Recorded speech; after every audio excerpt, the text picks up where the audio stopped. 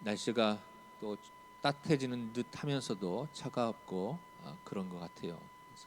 그래서 감기 조심하시고 또 건강 조심하시면 좋을 것 같습니다.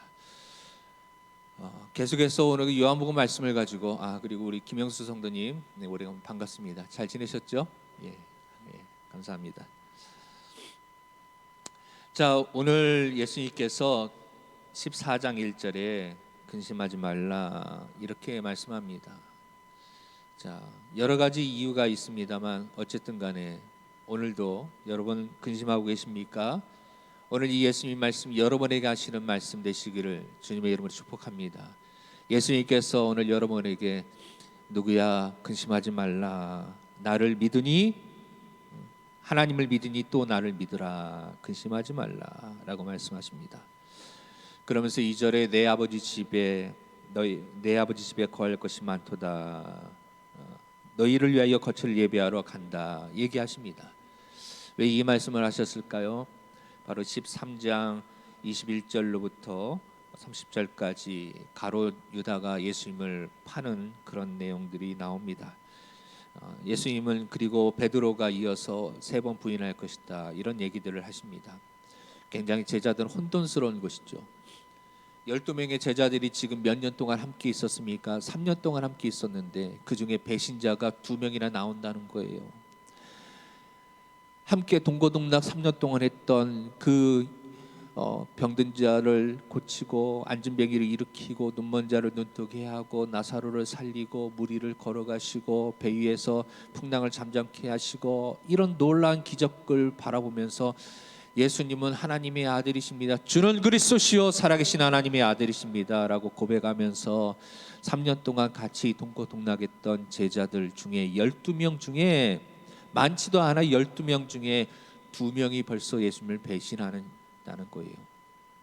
누구예요? 누구예요? 예수님 누가 그렇습니까? 제자들은 사실 그때 몰랐던 것 같아요. 그런데 오늘 가룟 유다가 예수님 팔 거다.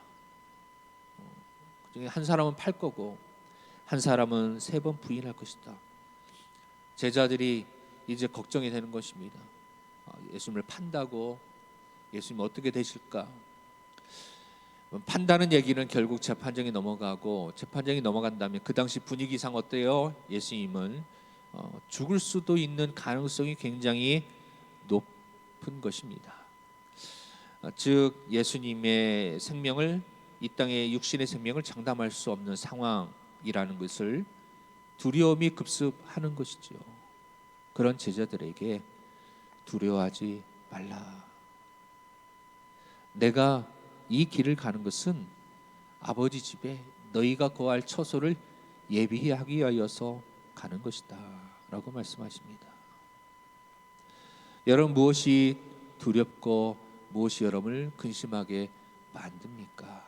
무엇이 여러분을 실망스럽게 만듭니까? 이처럼 내가 기대했고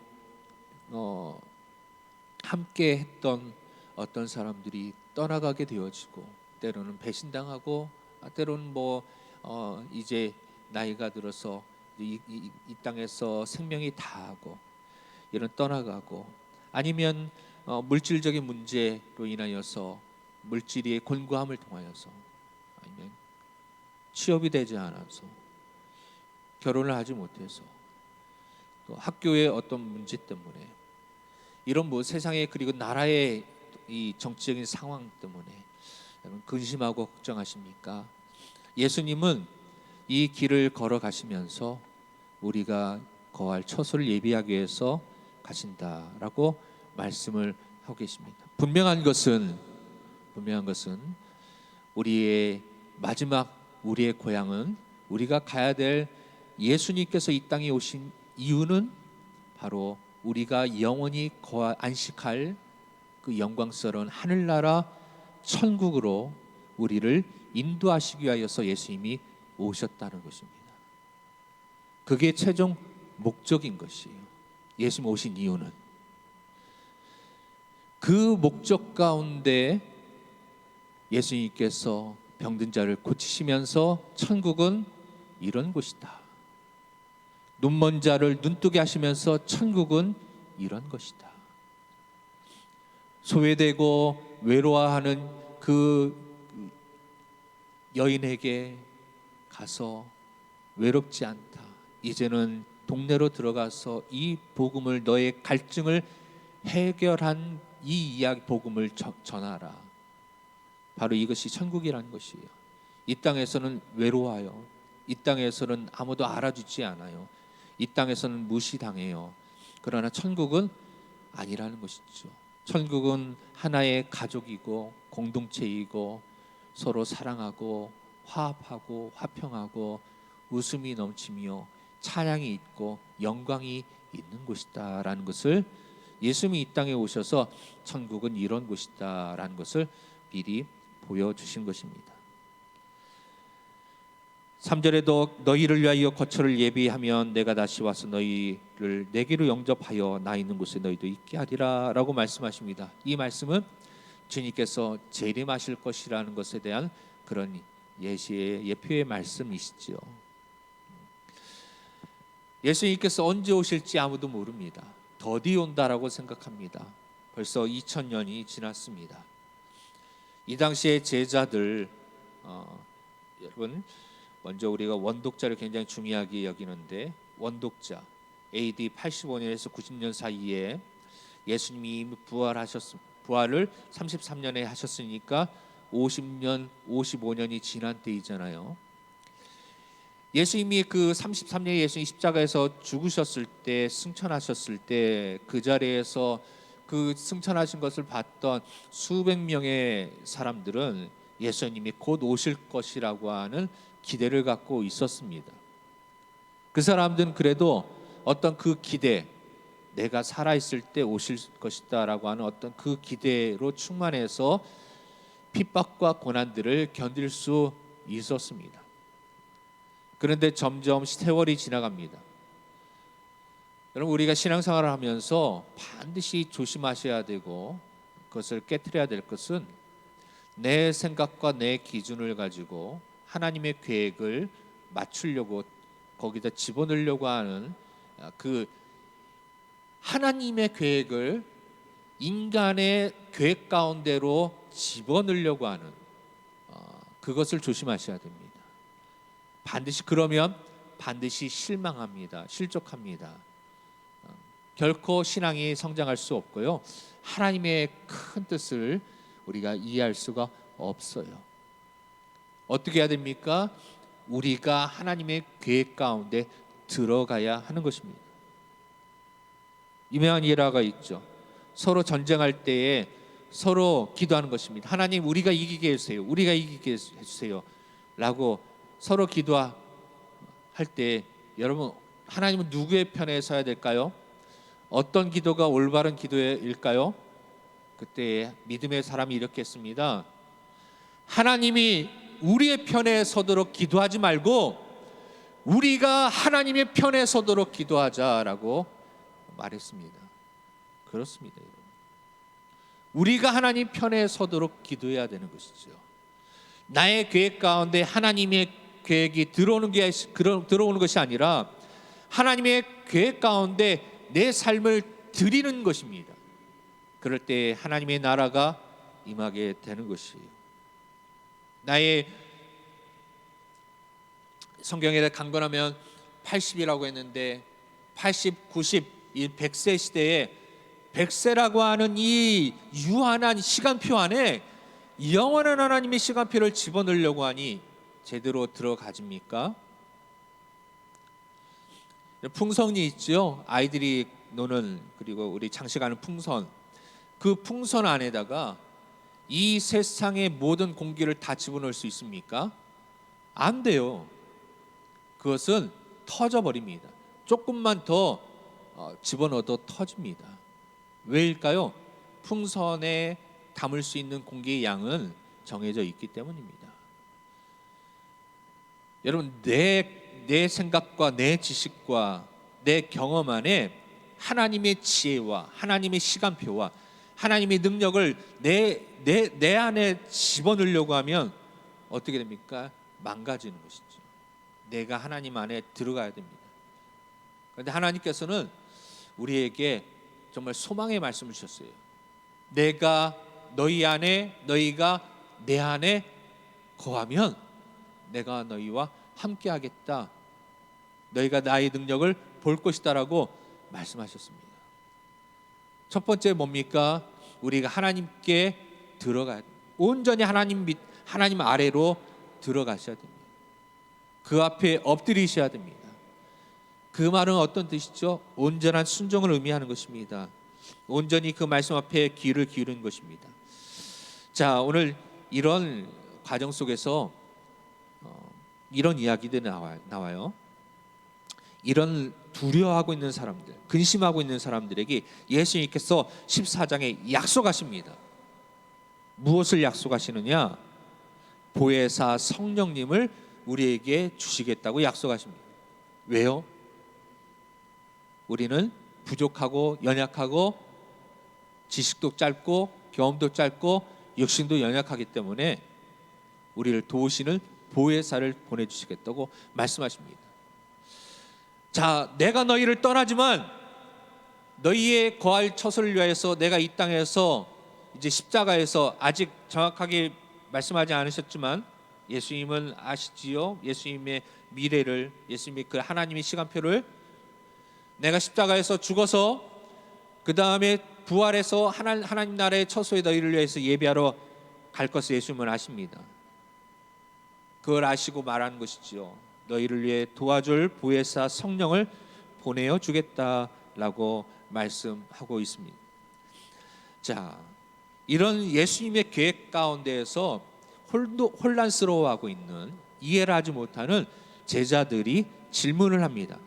14장 5절에 도마가 질문하지요. 뭐라고 질문합니까? 5절 말씀 보시면 도마가 이르되 주여 주께서 어디로 가시는지 우리가 알지 못하거늘 그 길을 어찌 알겠사옵나이까? 라고 질문합니다. 그러자 예수님께 6절에 대답하시지요. 내가 곧 길이요 진리요 생명이니 나로 말미암지 않고는 아버지께로 올 자가 없느니라. 주님, 우리가 어디로 가야 되는지 알지 못합니다. 예수님이 떠나가시면 어디로 예수님을 지금 졸졸 따라다녔는데 예수님이 이제 떠나가시면 처소를 준비하기 위해서 가신다니까 그러면 우리는 어디로 가야 됩니까? 알지 못합니다. 그때 예수님께서 말씀하시죠. 내가 곧 길이다. 어디 가려고 하지 말고 뭐 하라는 것이에요? 예수님을 바라보고 예수님 발자국 따라 예수님과 동행하라. 길이요 진리요 생명이니 나로 말미암지 않고는 아버지께로 올 자가 없느니라 라고 말씀하시는 것입니다. 여러분, 인생의 길이 어디 있습니까? 탈출구가 어디 있습니까? 성공의 길이 어디 있습니까? 희망의 길이 어디 있습니까? 취업의 문이 길이 어디 있고, 질병을 고치는 길이 어디 있고, 좋은 학교에 들어가는 길이 어디 있습니까? 우리는 어떤 길로, 어떤 인생의 길을 걷기를 원하십니까? 좋은 길, 깨끗한 길, 화려한 길 많지요. 넓은 길 많지요. 그러나 우리 예수 믿는 사람은 어떤 길을 가야 됩니까? 길이요 진리요 생명이신 예수님의 길을 걸어가야 되는 줄로 믿습니다. 그 다음에 8절에 빌립이 또 묻습니다. 주여, 아버지를 우리에게 보여주세요. 주세요. 그러면 족하겠나이다 라고 묻습니다. 질문합니다. 말씀합니다. 그때 예수님께서 9절에 대답하죠. 뭐라고 대답합니까? 빌립아, 네가 이렇게 오래 너희와 함께 있으되 네가 나를 알지 못하느냐? 여러분, 이게 현실입니다. 제자들도 사실 또 위로가 되는 것은 예수님이 12 제자도 예수님과 3년 동안 오래 이렇게 함께 있는데도 예수님을 잘 몰랐어요. 어찌 보면 여러분이 이 12 제자보다 여러분의 믿음이 더 위대할 수도 있습니다. 위로받으시기 바랍니다. 이와 같은 제자였지만 이 제자들도 예수님의 그 부활의 사건 이후에 예수님이 그리스도구나 라는 것을 분명하게 확인하고, 또 예수님께서 보혜사 성령을 그들에게 보내주셨잖아요. 예수님께서 십자가에 돌아가시기 전까지는 상당한 갈등이 있었습니다. 제자들 안에. 정작 예수님이 십자가에서 못 박히실 때는 다 도망갔어요. 무서워서. 다 떠나갔어요. 예수님 말씀하신 대로 13장에 베드로는 그 여자 작은 그 하녀가 너도 예수의 당이지, 예수와 함께 있었지라고 물었을 때 아니라고 부인하면서 예수님을 배신하면서 그렇게 도망갔어요. 그런데 그들이 바뀌었습니다. 왜요? 보혜사 성령을 그들이, 예수님께서 보내겠다고 하신 보혜사 성령을 그들이 받기 때문이에요. 보혜사라는 뜻이 무엇입니까? 우리를 도와주기 위하여서, 도움을 주기 위해서 오신 분이에요. 그 뜻이 보혜사, 도움을 주기 위해서 보내심을 받은 분이라는 그런 의미가 있습니다. 성령은 우리를 도와주시기 위해서 하나님께서 우리에게 보내어 주신 하나님의 선물인 것이지. 자, 그 다음에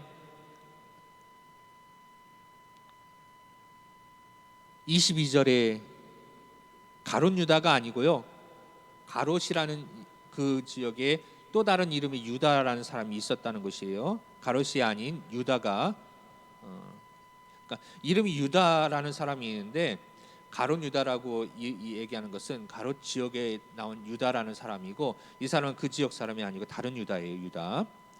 주여 어찌하여 자기를 우리에게는 나타내시고 세상에는 아니하려 하시나이까? 질문합니다. 그러자 예수님께 대답하십니다.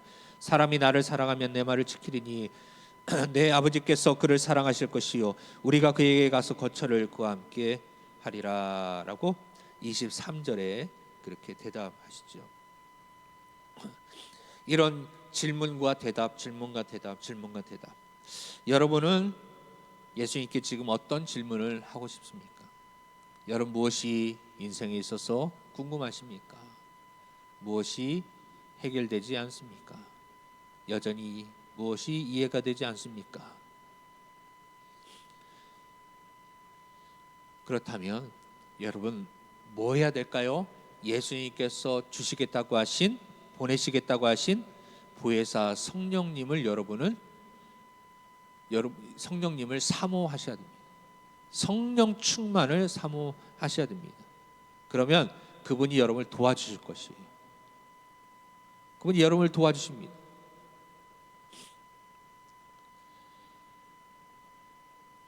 지금 예수님의 제자들은 믿음이 흔들리고 있습니다. 굉장히 혼돈스러워하고 있습니다. 그렇게 철저하게 믿었던 예수님께서 그들의 생각과는 다르게 좀 돌아가고 있어요.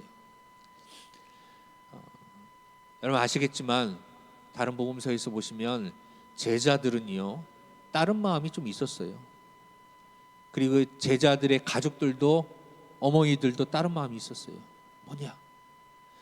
예수님이 장차 이 나라의 이스라엘 왕이 되시면 예수님 우리 아들 한 자리 잘 부탁드립니다 라고 어떤 제자의 엄마가 와가지고 예수님께 얘기하는 것이에요. 여러분 기억나십니까? 그랬더니 서로 그 마음이 있었는데 대놓고 얘기했다고, 서로 내가 먼저 얘기하려고 했는데 빼앗겼다.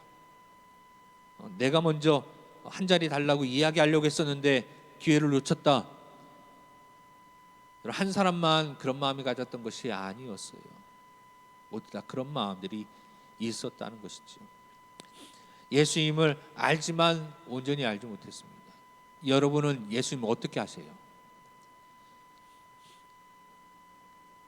다시 말하면 예수님을 이스라엘의 정치적인 왕으로 생각하고, 왕이 되면 나라를 잘 먹게 살고 백성들을 평화롭게 만들고 적들의 공격으로부터 보호해주고, 그때 인기 많은 왕 밑에 있는 내가 한 자리 장관 자리 하나 차야지, 꿰차야지, 그런 마음이 있었다고요. 제자들이. 여러분은 어떤 마음이세요? 내가 예수 잘 믿으면 만왕의 왕이신 예수님께서, 하나님께서 나를 좋은 곳에, 높은 곳에, 멋진 한 자리, 나에게 그냥 성공스러운 대박 나는 그 자리에 나를 데려다 주실까? 여러분 이렇게 생각하고 혹시 그렇게 생각하고 있지는 않습니까? 그렇다면 지금 혼동스러워하고 있고 혼란스러워하고 있고 실망하고 있는 제자들이 바로 우리의 모습이에요. 그런데 여러분 이런 모습이 제자들에게만 있었느냐? 우리에게만 있었느냐? 아닐 것이라는 것이지요.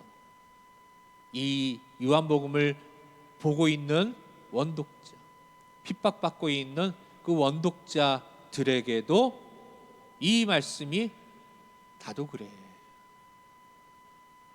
지금까지 예수 믿고 견딘 거 고생스러웠지만 끝에는 성공할 거야.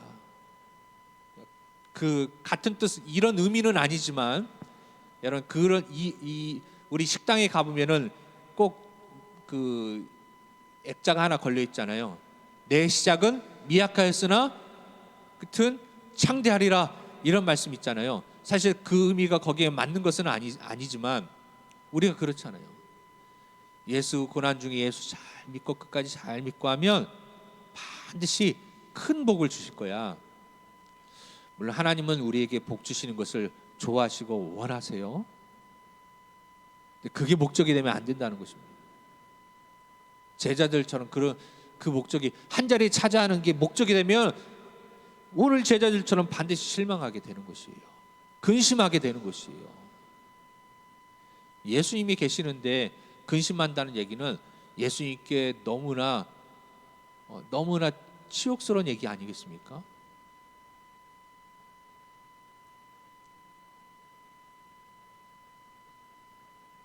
예수님 옆에 계신데 제자들이 근심하고 있어요. 예수님이 상당히 기분 나빠하실 일이잖아요.